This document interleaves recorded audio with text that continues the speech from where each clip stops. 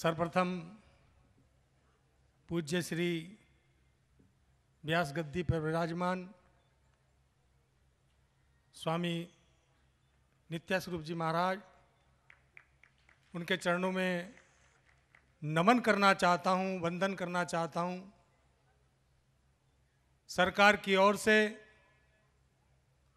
और उत्तराखंड के कोने कोने में जो जनसेवा का बीड़ा उठाए हुए हैं, तमाम उन प्रतिनिधियों की तरफ से आपके चरणों में वंदन करना चाहता हूँ, नमन करना चाहता हूँ। भंडारी ग्रुप जिन्होंने ये कार्यक्रम आयोजित किया, मैं उनके चरणों में भी नमन करना चाहता हूँ, वंदन करना चाहता हूँ। जो इस कार्यक्रम को संचालित कर रहे ऐसे नौजवान साथी, मेरी माताएं, मेरी बहनें, और इस कार्यक्रम को दिशा की ओर ले जा रहे तमाम उन प्रतिनिधियों के भी चरणों में नमन करना चाहता हूं, वंदन करना चाहता हूं। 2013 वो भुलाए नहीं भूलती वो रातें, उनको भुलाने के लिए हमारे जख्मों पर जो आपने मरहम लगाने का काम किया है, पूज्य संत, मैं आपके चरणों में पुनः वंदन करना चाहता हूं, नमन करना चाहता हूं। हमने जब भी 26 जून के वो प्राकृतिक आपदा, 16 जून जब वो प्राकृतिक आपदा का दृश्य हमारे सामने आता है, हमने पूरे उत्तराखंड के अंदर उम्मीदें छोड़ दी थी कि कैसे हमारा राज्य चलेगा, कैसे हमारा हरिद्वार चलेगा, कैसे हमारा कारोबार चलेगा।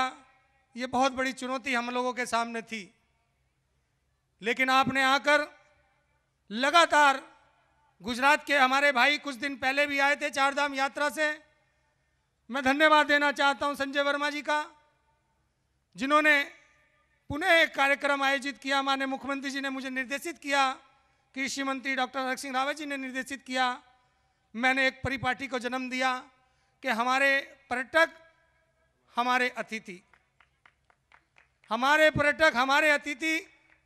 इस योजना को सरकार बहुत ही जल्दी लाने जा रही है।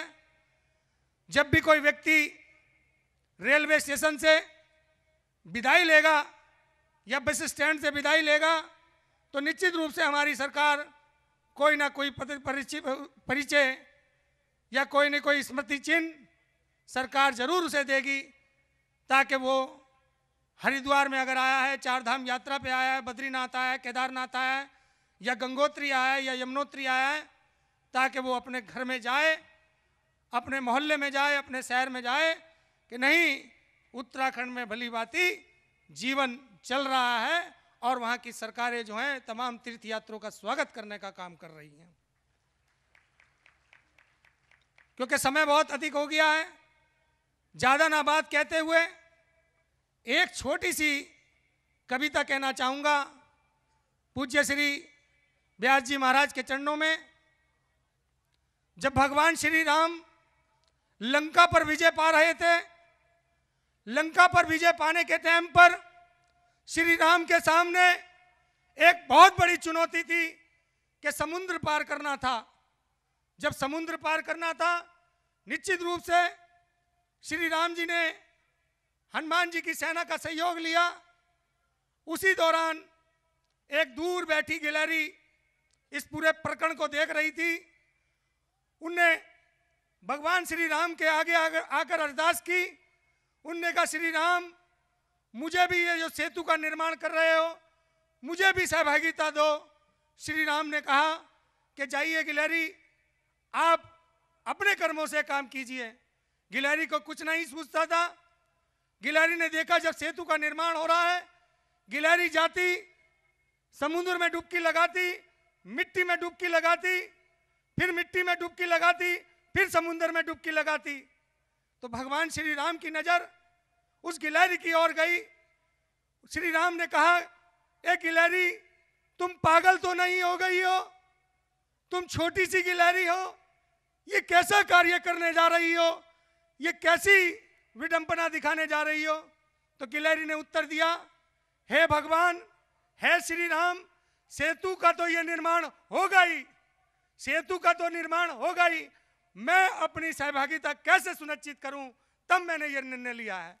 तो मैं कहना चाहता हूं, व्यास जी महाराज, आपके चरणों में वंदन करना चाहता हूं, पुनः नमन करना चाहता हूं कि निश्चित रूप से आपने जो इस कथा का आयोजन किया, पूरे भारत के अंदर, मैं मीडिया के भाई धर्मेंद्र चौधरी जो जी न्यूज से हैं, हमारे तमाम जनप्रतिनिधि जो मीडिया के यहाँ पर, हमारे तमाम साथी यहाँ पर पधारे हैं, भाई अनुरुद्ध भाटी जी, धर्मशाला रक्षा समिति के अध्यक्ष, श्रद्धेय श्री हमारी माता मीरागिरी जी जो चंडी मंदिर की मेहनतानी है, वो भी यहाँ पर पधारी हैं।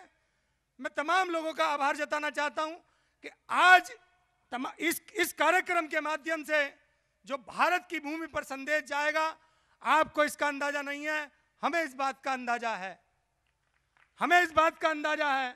मैं निश्चित रूप से आज आपकी भावनाओं को माननीय मुख्यमंत्री जी तक पहुंचाऊंगा और उनसे निवेदन करूंगा कि वो आपके बीच में आए और आपका हौसला अफजाई करें, ताकि ये जो हमारा क्रम है, जो हमारी योजना है कि हमारे पर्यटन, हमारे अतिथि, ये सार्थक हो सके। धन्यवाद। जय हिंद, जय भारत। और लास्ट में मैं एक ही बात कहना चाहूँगा कि आपने जो मुझ जैसे तुझ प्राणी को इतना सम्मान देने का कार्य किया है, मैं आपका हमेशा आभारी रहूँगा और इसी आभार के साथ आपका पुनः धन्यवाद करता हूँ।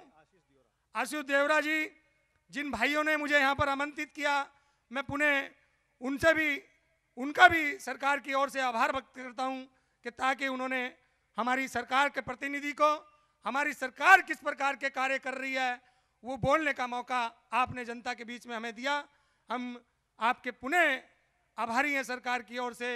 मैं इस बानी के साथ कि भगवान बद्री विशाल की जय हो, गंगोत्री की जय हो, यमुनोत्री की जय हो, माँ गंगा की जय हो, इन नारों के साथ इसका समापन करूंगा। बाबा बद्री विशाल की, बाबा बद्री विशाल की, बाबा माँ गंगोत्री की, यमुनोत्री की, बाबा केदारनाथ की, बोल गंगा मैया की, बोल ब्यास गद्दी की। धन्यवाद। जय हिंद, जय भारत, जय उत्तराखंड प्रदेश। धन्यवाद।